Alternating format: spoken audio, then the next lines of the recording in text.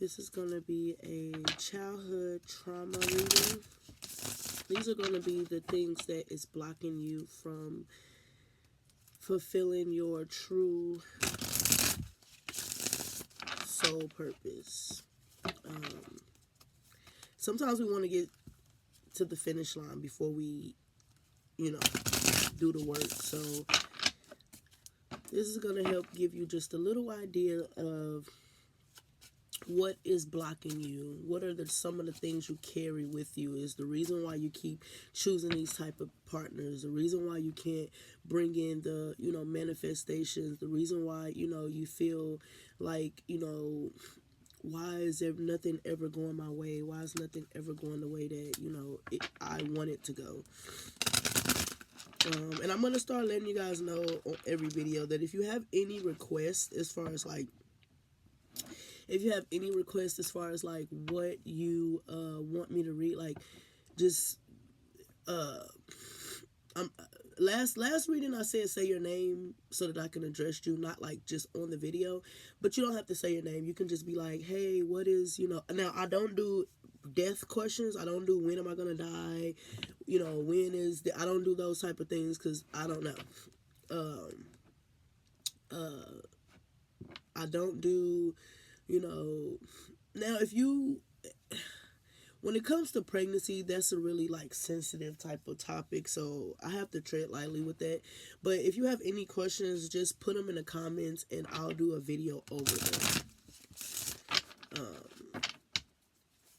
So I'm just gonna say someone requested this. So as long as I like your comment, then I'm going to as long as I like your comment, I'm going to do the video over it. As long as I see it. I used to do personal readings years ago, but I stopped because it was just a lot. I didn't know how to separate that from my own emotions because I would get so wrapped up in them. So I have since then learned. In the future, I may start doing personal readings again. I used to charge $5, I believe. It might have been 10 or 5. It might have started off at 5 and went to 10, but I think I'm gonna do $5. Just because I like that number. I really like free. I ain't gonna lie to you, but it's I get it, and but I know that some of because I have a community outside of YouTube, people that have been with me for years who get readings and stuff, and I want to kind of open myself back up to that now that I'm able to control, what I need to control. So Spirit, give me clear, honest messages for the collective of childhood trauma. What is blocking them? What is blocking them from what they need? Ooh.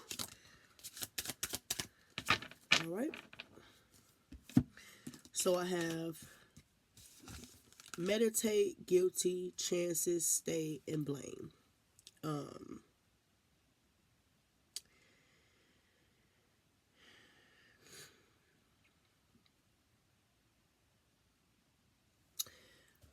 So I get someone who lived around a lot of chaos.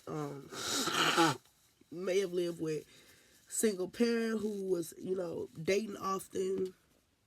You've seen a lot of arguing, or you might have been in a 2-parent household where it was still a lot of arguing, a lot of chaos.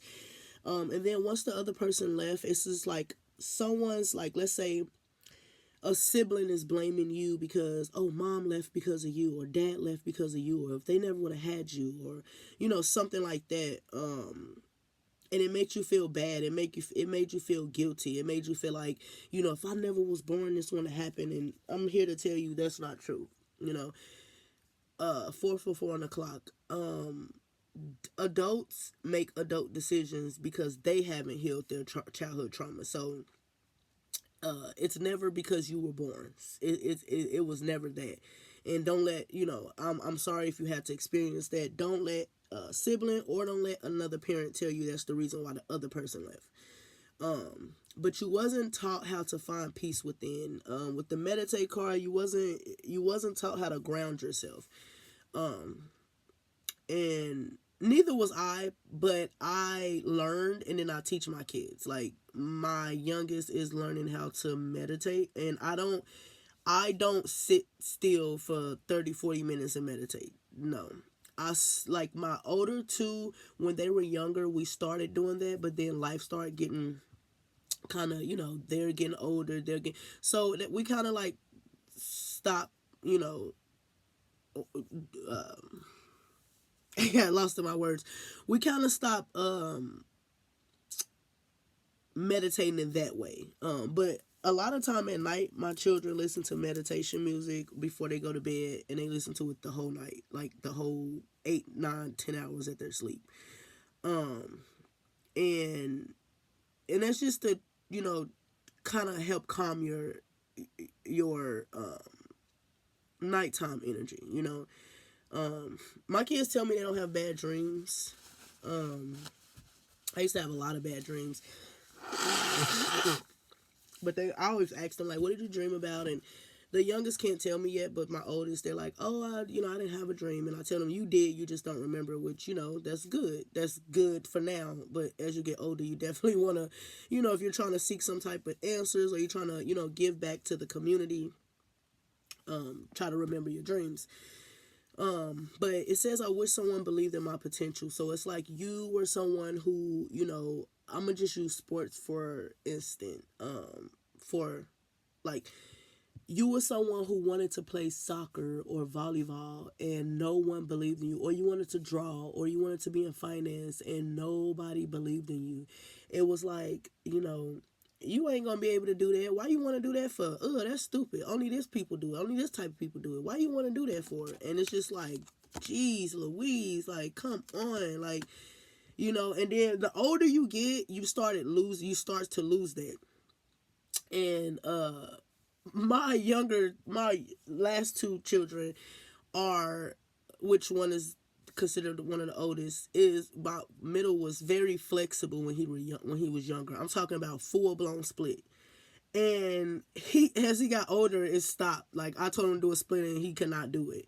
And I'm like, I didn't even teach him how to do a split. He was just flexible like that. My oldest, I never seen him do a split as a kid.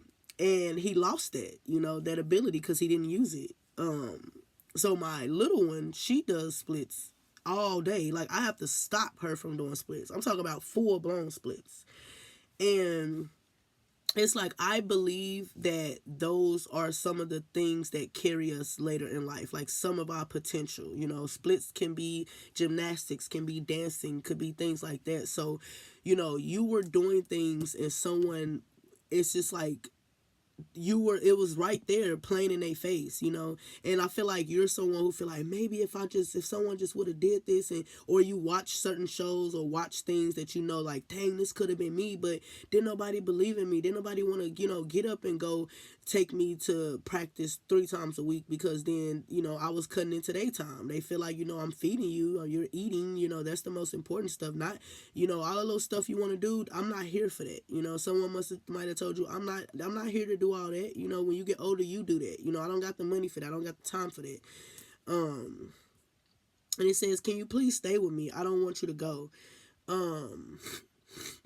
So this right here is like an abandonment. It's like someone who has abandonment issues, someone who thrives in chaos. Like, you thrive in arguing and you don't know why. Well, this is why, but you're like, I don't want to be like this, but I am like this. And a person that you're probably with or wanting to be with is going to be like, hey, what's going on with you? Like, why, why we be doing good and then you start tripping? Like, what's going on? And it's like, come on, stay with me, please. Like, you're begging, just stay. Like, you beg someone, and or it's like you wanted to stay with someone, maybe like a grandparent, or uncle, auntie, cousin, a friend, a mentor. It was like they maybe tried to give you a piece of that stability, and it was gone. And you're like, come on, like, why did you have to leave? And my life would have been like this if you didn't. But Spirit is asking you to learn how to find peace within. I didn't find peace within until, and this is just so honest, until I was maybe 26 or 27, I believe. It was so long ago. But I didn't find peace until, I'm going to say, my mid to late 20s. And that was just peace with being by myself, peace with, going somewhere by myself. And I find it even more enjoyable now, that I have a supporting partner, that I've had for so long, that, he understands me. He understands that, I thrive in silence. I thrive in my own company. I don't like to be under people 24/7. Neither do he, but I don't like that.